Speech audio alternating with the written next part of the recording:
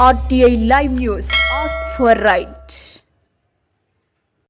RTI live news కి స్వాగతం. మహబూబాబాద్ జిల్లా గార్ల మండలం మంచునాపురం గ్రామానికి చెందిన మహిళ శృతిభాయ్ విలేకరుల సమావేశంలో మాట్లాడారు. తనకు అత్తమామల నుండి వరకట్న వేధింపులు, గృహహింస నుండి నన్ను న్యాయం చేయాలంటూ వేడుకుంది. వివరాల్లోకి వెళ్తే అంజనాపురం గ్రామానికి చెందిన చిలక బాబు రూపాయల కుమార్తె శృతి భాయ్ని వరంగల్ జిల్లా అడిషనల్ ఎస్పీ కుమారుడు శంకర్తో 3 సంవత్సరాల క్రితం వివాహమైంది. కుమారుడిపై చదువుల నిమిత్తం లండన్ పంపించడం కొరకు అధిక కట్నం కోసం ఆమెను హింసిస్తున్నారని, తన భర్తతో కాపురానికి రానివ్వట్లేదని అనేకసార్లు మహబూబాబాద్ పోలీస్ స్టేషన్లో ఫిర్యాదు చేసినా న్యాయం జరగట్లేదని ఆమె ఆవేదన వ్యక్తం చేశారు. నాకు వరంగల్ హన్మకొండలో అడిషనల్ ఎస్పీ రాగ్య నాయక్ వాళ్ళ కొడుకుకి ఇచ్చి మ్యారేజ్ చేశారు మార్చ్ 11న శంకర్తో 2020లో.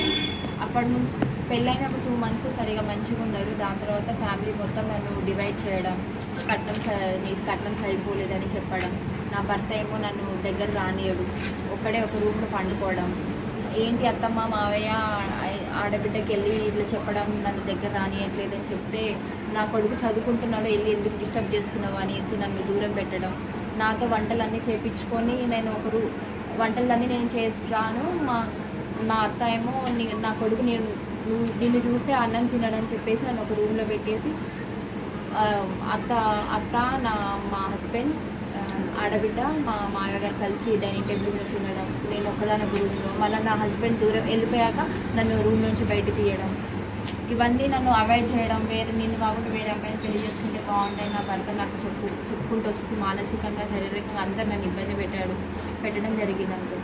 పెళ్ళి ఎంతకాలం అండి? 20లో అయింది. ఇంత చేసిన ఈ అమ్మాయి అంతటిగా అమ్మాయి వెళ్ళిపోవట్లేదని చెప్పి నన్ను ఇంట్లో నుంచి సపరేట్గా ఒక రూమ్కి అక్కడే వరంగల్లోనే హన్మకొండ నుంచి పెరకవాడ 5 kilometers దూరంలో నన్ను సపరేట్ తీసుకెళ్ళి ఒకే రూమ్లో నా వస్తువులో ఇంట్లోంచి తీసుకెళ్ళేలాగా చేసి అక్కడ నన్ను ఒక రూమ్లో ఉంచేసి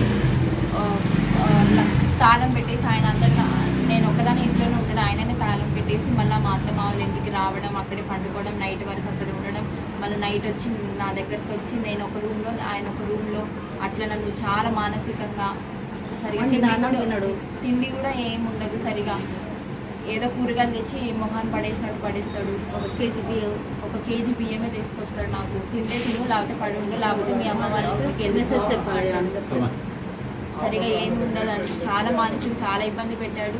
ఒక్కదాన్ని చాలా అన్నీ భరించా. దాని తర్వాత ఒకరోజు అమ్మ నాన్నని చెప్పడం జరిగింది. ఇన్ని సంవత్సరాల తర్వాత చెప్పితే వచ్చి పంచాయతీ చేశారు. పంచాయతీ చేసి మళ్ళీ అత్త మా వాళ్ళ ఇంట్లో పంపించారు. నన్ను పంపించాక అక్కడ అందరూ పెద్ద మనుషులు కలిసి ఉండాలని చెప్పేసి వెళ్ళిపోయాక నేను అక్కడ అత్త మా వాళ్ళ ఇంట్లో ఉండడం జరిగింది.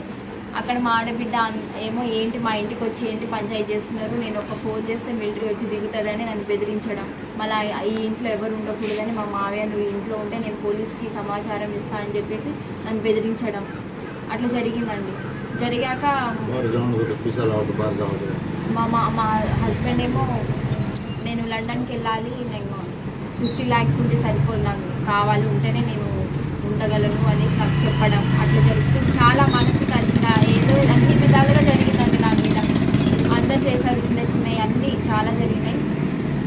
మా అత్త మా తరతరాల నుంచి వస్తుంది, ఫస్ట్ కోడలు వెళ్ళిపోతుంది, సెకండ్ కోడలు అయితే సెట్ అవుతుంది అని చెప్పుకుంటూ నాకు మానసికంగా చెప్తూ ఉంటుంది. అలాంటప్పుడు ఎందుకు పెళ్లి చేసుకోవాలి, వాళ్ళు ఎందుకు తీసుకురావాలి, ఒక అమ్మాయి తీసుకొచ్చి ఒక అమ్మాయి జీవితం ఎందుకు నాశనం చేయాలో నాకు అర్థం కాలేదు, అట్లా ఎందుకు చేస్తున్నారు.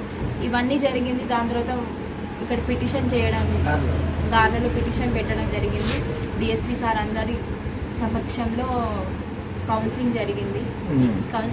ఆయన వాళ్ళెవరు మారడం జరగలేదు, అందుకే ఫైల్ అయిందండి, ఎఫ్ఐఆర్ అయింది. అయ్యి ప్రెస్ 498 కేసు అయింది అందరి మీద. ఇదే పోలీస్ వారందరూ మీడియా సార్ అందరూ